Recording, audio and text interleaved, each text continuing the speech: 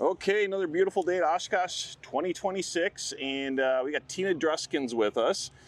Tina, you're a UND alum. I am, yes. And then what year did you graduate? Graduated in 2016. Okay, and this is your beautiful plane behind us. And if you haven't seen, I think we'll probably get a round shot in a little bit here, but you got the pink tie-downs going, and of course the bedazzled chocks. Yeah, absolutely. It's a girl plane. So tell us a little bit about your background and how you got into aviation, what brought you to UND, and how did you get into this, from that? Yeah, absolutely. So I grew up around general aviation. My mom was a general aviation flight instructor growing up. So I grew up going to EAA chapter meetings, going to pancake breakfasts down in Michigan. Got my private pilot's license in high school. Came out to Oshkosh and started visiting colleges. Found UND's booth, flew the flight sim, was sold. Yeah. Decided to come to Grand Forks for the weather. Well, what year would that have been roughly? That would have been in 2012. Okay. 2011, 2012. I started in 2012. Okay. So came here, got interested in UND, started out there in the fall of 2012. Did my 4 years there as an aviation management major. When I was out there, did my CFI and II as elective courses with the management degree. Then flight instructor at the university for my senior year, summer after senior year. Went out and flew Pilatus PC-12s for plane sense for about the next year and a half.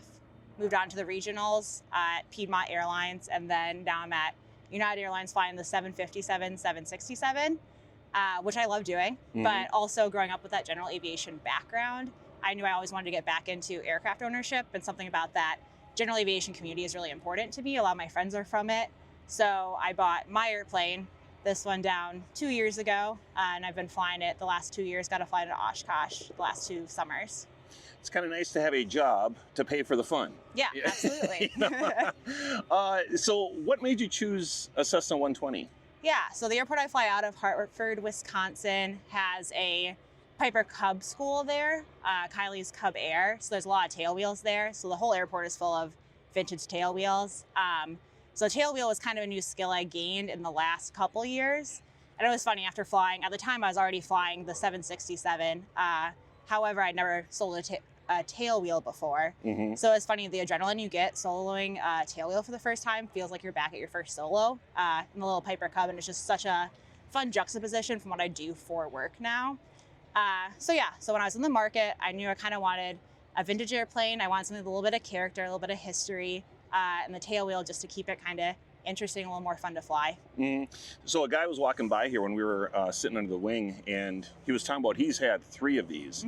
And he said the best thing about this plane is it's so easy to do an annual on. You just literally pull the skin back and everything's open right there. Yeah. And he said there's really no seat. Is that correct? Yeah, I mean, it's a 150 bench seat in there, but you can lift it out super easily and get into any area. It's a small airplane, relatively speaking. It's still a 2-seat light aircraft. But once the seat's out, you can pretty much see all the way down to the tail and all the way up under the instrument panel. One thing I've noticed with this plane, so we interviewed, I don't know if you know Jared Croy. Well, he flies vintage planes, and he's here, he's a UND alum. Okay. And his plane is metal skin, Sure. but the flight surfaces are fabric. And he said that's because it's easier to move on the bigger aircraft. But this is the opposite. Yeah. Why is that? That's a great question. It's definitely going to be lighter. They do make a metallized wing as well with the Cessna 120, 140. It's kind of always a debate. It's a little bit faster with the metal, but it's a little bit heavier. You don't have a ton of useful load depending on how it's been redone and repainted and everything. Me, with full fuel, I can take another person who's about my size, and that's kind of it. Or you start trading off fuel for people size. You wouldn't be able to get much fuel with me in there, Yeah. So you mentioned you were with EAA for your growing up, basically. Yeah. Is that what got you coming into the AirVenture? Yeah, absolutely. My first EAA was when I was 7 years old. It was 2001. Unfortunately, it was the first year that the Concorde didn't come. So my little Charlotte shirt has the Concorde on it, but it's the first year it didn't come. So how many years have you been coming now? I think this is my 22nd year. Wow, unbelievable. You were with the Air Race team, correct? And what year would that have been? Yeah, I raced with the Air Race Classic in 2015 and 2016. Is there anything you pulled from that kind of helped you with your career or just aviation in general? Yeah, a lot of it is it's the first time flying where it was a very long mission, I guess, a really big picture mission. It's not your 250 nautical mile cross country to the cities, you know? Now it's like the goal is really big. And if you're late for weather, you still got to try to go the next day, you know? So you get pit stops along the way. And I'd say it's just the problem solving. And you don't get to just be like, weather a flight, try again tomorrow. You're still trying to accomplish that bigger goal. Right. Let's talk about what you're doing now. You said you're flying for United, 757, 767. And where are you living? Are you near Oshkosh? Yep, I'm about an hour south of Oshkosh. By plane or by car? This plane's not very fast. Oh, okay. So about the same. Depends. Well, can you give us a tour? Would you mind doing that? Absolutely. Okay. Anything you can point out that's kind of unique to this plane would be great. Yeah, absolutely. So it's a 1947 Cessna 120. It's got a Continental 85 inside of it, which is similar to like a lot of Piper Cubs will have the Continental 85. Simple Airplane's got an electrical system, but the 4-cylinder and everything. Did you have this paint done or did it come like this? So this paint job was redone in the early 2000s. It's a 1947, so it's had about 3 different remodels done on it, but this is the most recent. So it's in really good shape. Yeah, it's gotten babied. That was kind of one of the things I got told when you buy a vintage airplane is now you're just the caretaker for it. Yeah. It'll outlive you, so you're the one who gets to take care of it for a little bit. So yeah, we have the chocks, obviously. Right. And then inside, again, we have really simple instrument panel, basic compass.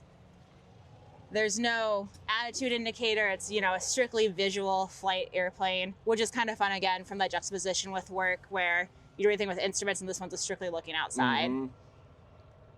Get to do a little bit of work to navigate. Yeah, absolutely. A little pilotage. Yeah. What does it burn? It burns like 4 to 5 gallons an hour, depending on how you're pulled back.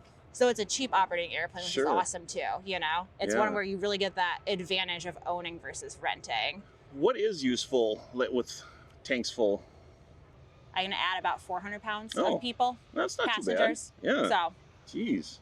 Is it hard to fly? Like, is it pretty stable? No, yeah. Super stable. It's light on the controls. Obviously, it gets a little squirrely in the wind compared to just because of its lightness and everything. And the tail wheel requires a little bit more feet work than usual. Yeah. For anyone that's thinking about buying a vintage type aircraft, what are the maintenance costs? I mean, you don't have to get into direct numbers, but is it any more than what you'd pay for a newer plane?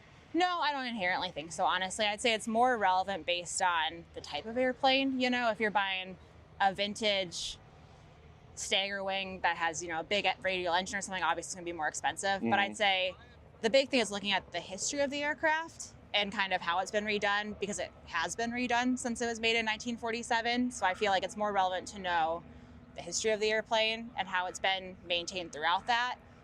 But the engine doesn't know the airplane's 1947. Right. So. Yeah.